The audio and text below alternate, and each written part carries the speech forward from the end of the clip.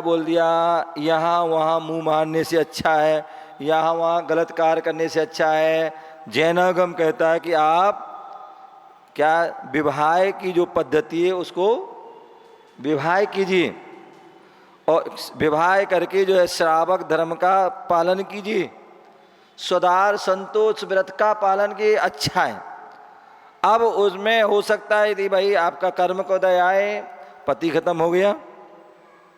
अब पति खत्म हो गया तो ऐसा नहीं कि जो है, कितने तो ऐसे लोग हैं मतलब होते हैं कि पति खत्म हुआ नहीं और जो है 2-4 दिन में ही दूसरी शादी कर लेते हैं या चले जाते हैं।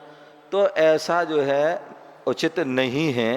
यदि कोई ऐसा कोई व्यक्ति ऐसी कोई महिला करती है कि विधवा होने पर दूसरी शादी करती है, तो तलाक लेने के बाद दूसरी शादी करती है, तो आगम कहता है कि उसकी शुद्धि नहीं हो सकती है। और जिसकी शुद्धि नहीं है वो कोई भी किसी प्रकार की विशेष पूजन नहीं कर सकती है, ना मुनियों को वो आहार दे सकती है। क्या? जिसने दूसरी शादी कर ली है, चाहे वो तलाकशुदा हो चाहे वो विधवा वाली हो, यदि वह किसी की जो है दूसरी शादी कर लेती है या किसी दूसरे के पास रहने लगती है, तो ऐसी वो महिला या वो पुरुष भी दोनों ही जो है वो क्या करते हैं, वो मुनियों को आहार देने के अधिकारी नहीं है। वह कोई पंचकल्याण विधान प्रतिष्ठा आदि के कार्यों में जो है नहीं बैठ सकते, और बैठ रहे तो बहुत बड़ा दोष है। तो इस बात का तो क्या बोल रहे हैं, दूरानुदूर कौन है? पतिव्रता विधवा के समान, अर्थात जिस प्रकार पतिव्रता विधवा शक्ति होते हुए भी उसके अंदर पुत्र उत्पन्न करने की शक्ति है, लेकिन वह जन्म नहीं दे सकती है, वैसे ही दूरानुदूर भव उसमें मोक्ष जाने की योग्यता है, लेकिन वह मोक्ष प्राप्त नहीं कर सकता है, क्योंकि ऐसा कोई उसको निमित्त नहीं मिलता। तो ऐसे वह दूरानुदूर, एक दूर भव, और दूर भव कैसा होता है? जब तक उसे निमित्त ना मिले। जैसे कहते ना आदिनाथ भगवान बोले तेरा जो है 83 लाख पूर्वक तक निमित्त नहीं मिला, राजपाट भोगते रहे, क्या 83 लाख तक पूर्व तक वो नहीं मिला, और जैसी निमित्त मिला बैराग हो गए, दीक्षा ले ली, मोक्ष ले गए। तो ऐसे वो दूर भव, जैसे कुंवारी कन्या उसके अंदर पुत्र उत्पन्न करने की शक्ति है, लेकिन अभी वो क्या है? कुमारी है। निकट भविष्य में उसकी जो है शादी होगी और वह पुत्र को उत्पन्न दे सकती है। उसी प्रकार दूर भव है कि निकट में मोक्ष प्राप्त कर सकता है, लेकिन देर सवेर मोक्ष जाएगा जरूर। कौन? दूर भव, दूरानुदूर नहीं, दूर भव जो है निकट भव में जो निकट उसमें जो है क्या होगा? देर सवेर मोक्ष जाएगा, लेकिन जाएगा जरूर, लेकिन अभी वह उसके जाने की मतलब उसको ऐसा निमित्त नहीं मिला। तीसरा है निकट भव। तीसरा कौन सा है?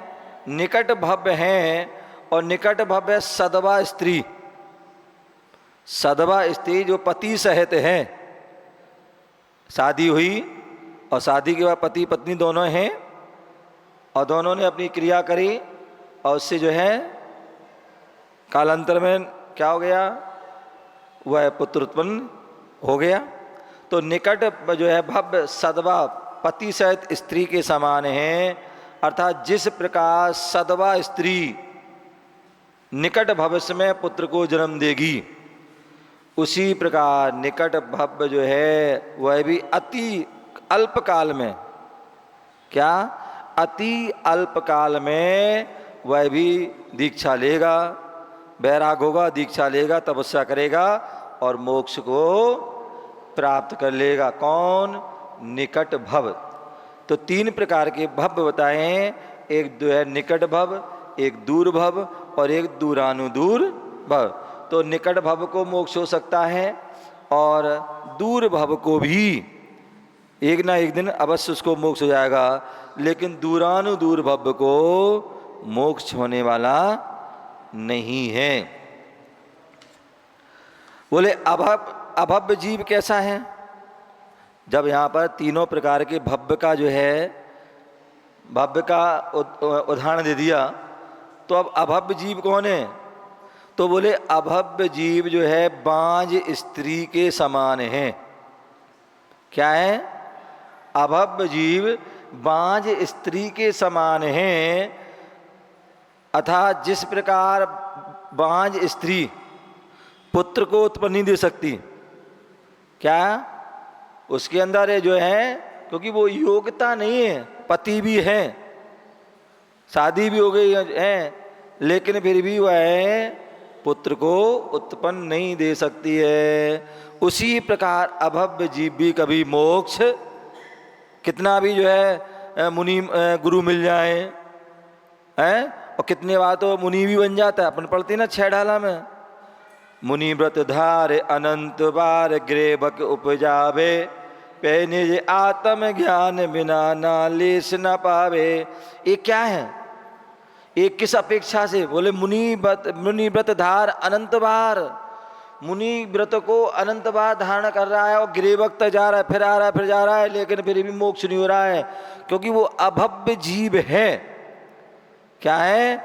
अभव्य जीव है। मुनि बन गया, देखा देखी नग्न हो गया, तपस्या भी कर रहा है, लेकिन फिर भी वह मोक्ष नहीं जा सकता है। पैने जो आत्मज्ञान नहीं हो पा रहा है, उसके अंदर योग्यता नहीं है, इसलिए वह जो है मोक्ष।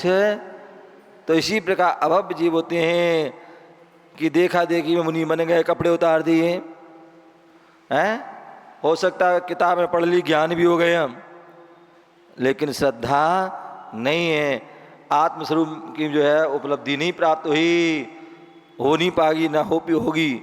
और यही कारण है कि एक नहीं अनेक भवों में जो है धारण किया, लेकिन मुनि नहीं बन पाए। तो इस प्रकार से वह अभव्य जीव कैसा होता है? बांझ स्त्री के समान। अतः जिस प्रकार बांझ स्त्री पुत्र को जन्म नहीं दे सकती, उसी प्रकार अभव्य जीव भी मोक्ष प्राप्त नहीं कर सकते हैं। अभव्य जीव कभी भी भव्य नहीं बन सकता। क्या? अभव्य ही रहेगा और भव्य ही रहेगा। भव्य अभव्य नहीं बन सकता है और अभव्य भव्य नहीं बन सकता है। जो जैसा है वैसा ही रहेगा। सिद्ध भगवान जब सिद्ध हो जाते हैं तो ना वो भगवान ना भव्य हैं जीव हैं, ना वो अभव्य हैं, क्योंकि मुक्त जीव भव्य और अभव्य से क्या होता थे, उस संज्ञा से रहित हो जाते हैं। भव्य अभव्य आदि संज्ञा तो सिद्ध बनने के केवल ज्ञान होने आदि के पहले ही ये व्यवस्था होती है, उसके बाद ये व्यवस्था उनकी जो है लागू नहीं होती। अरहंत भगवान कैसे हैं? वो निकट भव्य हैं। क्या है? निकट भव्य में कर्म को क्षय करेंगे और मोक्ष को प्राप्त कर लेंगे। मुनिराज भव्य जीव हैं। जो मुनिराज हैं वो भव्य जीव है, क्योंकि वो मोक्ष मार्ग पर चल रहे हैं। जो भाव सहित मुनि बने, केवल द्रव्य से नहीं, जो द्रव्य और भाव से मुनि बने हैं वो मुनिराज निकट वो भव्य हैं, क्योंकि वो मोक्ष मार्ग पर चल रहे हैं। आज नहीं तो कल, कल नहीं तो परसों, परसों नहीं तो परसों, अथवा इस भाव में नहीं तो अगले भाव में, कहीं ना कहीं भाव मोक्ष वो चले जाएंगे। अभव्य जीव स्वर्ग जा सकता है। क्या जा सकता है? क्योंकि मैंने बताया अभी ग्रेवक तक जा सकता है, तो वह स्वर्ग जा सकता है, लेकिन मोक्ष नहीं जा सकता। अभव्य जीव मोक्ष नहीं जा सकता है, केवल स्वर्ग ही जा सकता है। गधा भव्य हो सकता है, मतलब जो जानवर आदि हैं, चाहे वो कोई भी जीव हैं, यहाँ तक गधा हो, गाय हो, भैंस हो, अथवा एक इंद्री से लेकर के पंचेंद्री तक के जीव भी क्या हो सकते हैं? भव्य भी हो सकते हैं और अभव्य भी हो सकते हैं। तो चारों गतियों में जीव जो है भव्य भी पाए जाते हैं और अभव्य भी पाए जाते हैं। ऐसा हमें उसको जानना चाहिए। इस प्रकार से यहाँ पर जो है कथन हुआ। ओम नमः सिद्धेभ्यः। बोल।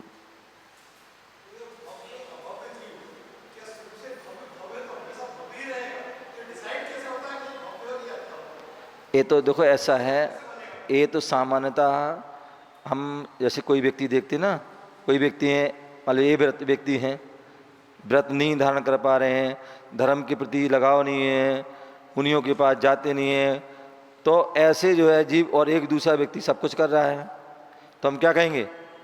एक माँ के दो बच्चे हैं, एक माँ के दो बच्चे हैं, तो एक बच्चा खूब धर्म कर रहा है और एक वो जो है नहीं कर रहा है, तो क्या कहते? तू तो अभव्य है। क्या है? तू तो अभव्य है। कुछ लोग धर्म वरम कुछ भी नहीं करता है, और देखो कितना जो भव्य जीव है, छोटा सा प्राणी है, कितना अब से भगवान डेली सुबह से दर्शन करने आ रहा, अब से करने आ रहा, पूजा करने आ रहा, और तू तो कुछ भी नहीं करता। तो ये क्या बोलते हैं? तो सामान्यतः हम क्रियाओं से जो है कह वाला जो है, उन क्रियाओं को देख करके, अच्छी क्रियाओं को देख के कहते भव्य है, और बुरी क्रियाओं को देख कर बोले अभव्य है, तो एक कह देते हैं। लेकिन वास्तविक पूर्ण रूप से जो है केवली भगवान ही कह सकते हैं। पूर्ण रूप से निर्णय केवली भगवान ही कर सकते हैं, या व्यक्ति स्वयं ही अपना जो है निर्णय जान सकता है। यदि हमारे धर्म के प्रति भाव हो रहे हैं, संयम को धारण करने के भाव हो रहे हैं, सच्ची श्रद्धान हो रही हैं, तो हम भव्य हैं, और नहीं हो रहे हैं तो हम अभव्य हैं। ये हम स्वयं जान सकते हैं, या सामान्य लोग सामान्य क्रियाओं से जान सकते हैं। पूर्ण रूप से निर्णय कौन कर सकता है? तो वो केवली भगवान ही कर सकते हैं, ऐसा हमें जानना चाहिए। ओम नमः सिद्धेभ्यः।